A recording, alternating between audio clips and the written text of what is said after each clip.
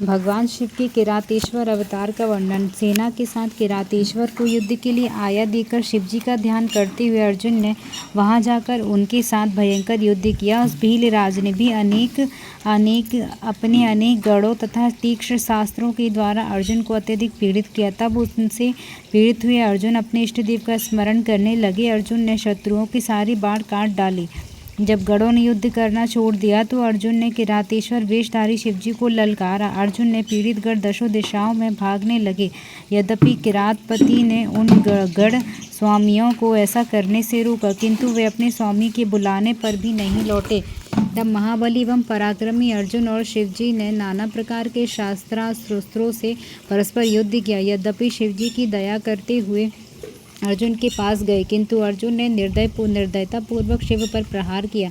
तदंतर शिवजी ने अर्जुन के समस्त शस्त्र अस्त्रों को काट डाला और कवचों को छिन्न भिन्न कर दिया। केवल उनका शरीर शेष रह गया। तब धैर्यशाली उन अर्जुन ने भय से व्यथित होते हुए भी शिवजी का स्मरण कर वाहिनी पति के साथ मल्ल युद्ध करना प्रारंभ किया। उन दोनों के संग्राम को देखकर सागर सहित पृथ्वी काँप रही थी और देवता दुखी हो रहे थे कि अब और क्या होने वाला है। इसी बीच में शिवजी के ऊपर जाकर आकाश में स्थित हो युद्ध करने लगे और अर्जुन भी उसी प्रकार एवं अर्जुन दोनों ही उड़ कर आकाश में स्थित हो युद्ध करने लगे। इस प्रकार शिव और अर्जुन दोनों ही उड़ कर आकाश में युद्ध कर रहे थे। तब उस युद्ध को देखकर देवगण विस्मित हो रहे थे। उसके पश्चात उन्हें अपने से अधिक बलवान जानकर शिवजी के चरणों का स्मरण कर उनके ध्यान से विशेष बल प्राप्त कर भील के दोनों चरणों को पकड़ लिया। ज्यों ही चरण पकड़कर अर्जुन उन्हें आकाश में घुमाने लगा, तभी लीला करने वाले भक्तवत्सल भगवान शिव हंस पड़े।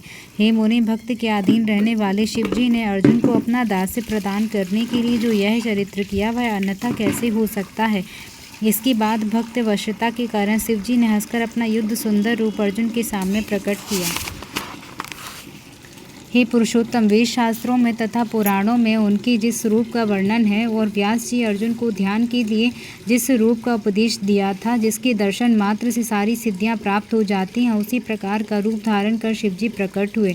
अर्जुन जिस रूप का ध्यान करते थे उसी सुंदर रूप को अपने सामने प्रत्यक्ष प्रकट देखकर वे अत्यंत विस्मित और तथा लज्जित हो उठे और मन में कहने लगे, अहो, यह तो परम कल्याणकारी वे शिवजी ही हैं जिन्हें मैंने अपना स्वामी स्वीकार किया है। ये तो स्वयं त्रिलोकी के साक्षात ईश्वर हैं। यह मैंने आज क्या कर डाला। निश्चय ही भगवान शिव की माया बड़ी बलवती है, जो बड़े बड़े मायाविदों को मोह लेती है। इन्होंने अपना रूप छिपाकर मेरे साथ इस प्रकार का छल क्यों किया। निश्चय ही मैं इनके द्वारा छला गया हूँ। इस प्रकार अपने मन में विचार कर अर्जुन ने हाथ जोड़कर सिर झुकाकर और खिन्न मन से भक्तिपूर्वक प्रणाम किया और उनसे कहा, बोले, हे देव देव, हे महादेव, हे करुणाकर शंकर, हे सर्वेश, मैं आपका अपराधी हूँ, मुझे क्षमा कीजिए। हे प्रभु, इस समय आपने यह क्या किया जो अपना रूप छिपाकर मुझसे छल किया। हे प्रभु, आप जैसे स्वामी से युद्ध करते हो, मुझे लज्जा नहीं आई, मुझको धिक्कार है। हे सनत कुमार, इस प्रकार पांडुपुत्र अर्जुन पश्चाताप करने लगे और तत्काल महाप्रभु शिवजी के चरणों में शीघ्र गिर पड़े। तदंतर भक्तवत्सल महेश्वर ने प्रसन्न होकर अर्जुन को अनेक प्रकार से आश्वासन दिया और उनसे कहा, बोले, हे पार्थ, तुम खेद मत करो, तुम मेरे प्रिय भक्त हो। मैंने ही यह सारी लीला तुम्हारी परीक्षा के लिए की थी। तुम शोक का परित्याग कर देना। नंदीश्वर बोले, इस प्रकार कहकर प्रभु सदाशिव ने स्वयं अपने हाथों से अर्जुन को उठाया और स्वामी के जैसे गुणों वाले गणों द्वारा उन अर्जुन की लज्जा दूर कराई। उसके अनंतर भक्तवत्सल भगवान शिव वीरों में माननीय पांडुपुत्र अर्जुन को प्रीति से पूर्णतः हर्षित करते हुए कहने लगे, बोले, हे पांडव श्रेष्ठ प्रतापपुत्र अर्जुन, मैं प्रसन्न हूँ, तुम वर मांगो। मैंने तुम्हारे द्वारा आज किए गए प्रहारों और सांताड़नों को अपनी पूजा मान ली। आज यह सब मैंने अपनी इच्छा से किया है, इसमें तुम्हारा कोई अपराध नहीं है। मुझे तुम्हारे लिए इस समय कुछ भी अदेय नहीं है। तुम जो चाहते हो उसे मांग लो। मैंने शत्रु से तुम्हारा यश और राज प्रतिष्ठित करने के लिए यह कल्याणकर कृत्य किया है। तुम इस घटना के लिए दुख न मानो, अपनी सारी विकलता का त्याग करो। प्रभु शंकर जी के द्वारा इस प्रकार कहे जाने पर अर्जुन सावधान होकर भक्तिपूर्वक शिवजी से कहने लगे, हे प्रभु, आप भक्त प्रिय हैं, आपकी इच्छा का वर्णन मैं किस प्रकार कर सकता हूँ। हे सदाशिव, आप कृपालु हैं, हर प्रकार से भक्तों पर दया करते हैं। इस प्रकार कहकर वे पांडुपुत्र अर्जुन महाप्रभु सदाशिव की वेद सम्मत तथा सद्भक्ति युक्त स्तुति करने लगे। बोले, हे देवादिदेव आपको नमस्कार है, हे कैलाशवासी आपको नमस्कार है, सदाशिव आपको नमस्कार है, 5 मुख वाले आपको नमस्कार है, जटाजूटधारी आपको नमस्कार है, त्रिनेत्र आपको नमस्कार है, प्रसन्न स्वरूप वाले आपको नमस्कार है, सहस्त्रमुख आपको नमस्कार है, हे नीलकंठ आपको नमस्कार है, सद्दुजात का रूप आपके लिए नमस्कार है, वृषभध्वज आपको नमस्कार है, वाम भाग में पार्वती धारण करने वाले आपको नमस्कार है, 10 भुजा वाले आपको नमस्कार है, परमात्मा आपको नमस्कार है, आपको नमस्कार है, हाथ में डमरू और कपाल लेकर लेने वाले आपको नमस्कार है, मुंडमालाधारी आपको नमस्कार, शुद्ध स्फटिक तथा शुद्ध कर्पूर के समान उज्ज्वल गौर वर्ण वाले आपको नमस्कार है, पिनाक नामक धनुष एवं श्रेष्ठ त्रिशूल धारण करने वाले आपको नमस्कार है, व्याघ्र चर्म का उत्तरीय तथा गज चर्म का वस्त्र धारण करने वाले आपको नमस्कार है, सर्प से आविष्टित अंगों वाले तथा सिर पर गंगा को धारण करने वाले आपको नमस्कार है, सुंदर पैर वाले आपको नमस्कार है,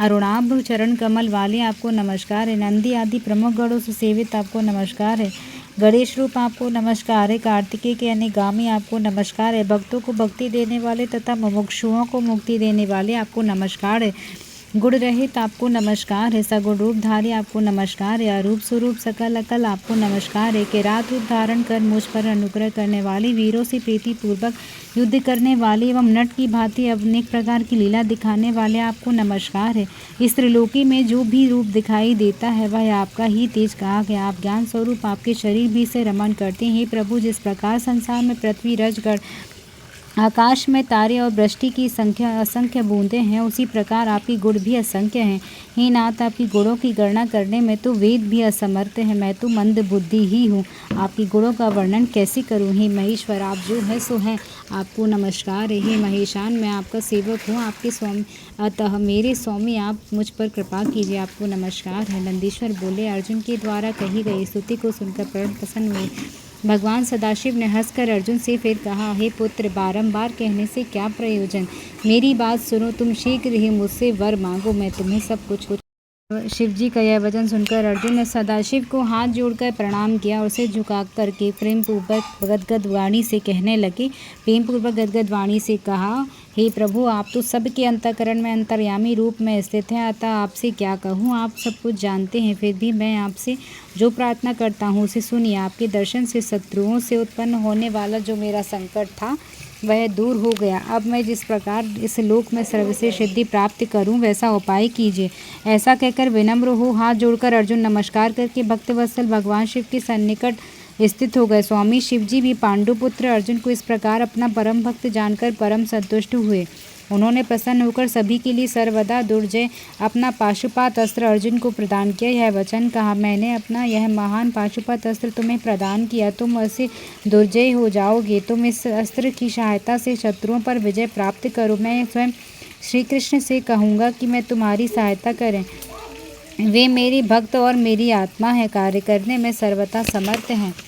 हे भारत, अब तुम मेरे प्रभाव से निष्कंटक राज्य करो। अपने भ्राता युधिष्ठिर से सर्वदा नाना प्रकार का धर्माचरण करते रहो। ऐसा कहकर उन शिव ने अर्जुन के सिर पर अपना हाथ रखा और उनसे पूजित होकर वे तत्काल अंतर्धान होकर प्रसन्न मन वाले अर्जुन भी प्रभु से श्रेष्ठ पाशुपात अस्त्र प्राप्त कर भक्तिपूर्वक गुरुवर शिव जी का स्मरण करते हुए अपने आश्रम को चले गए।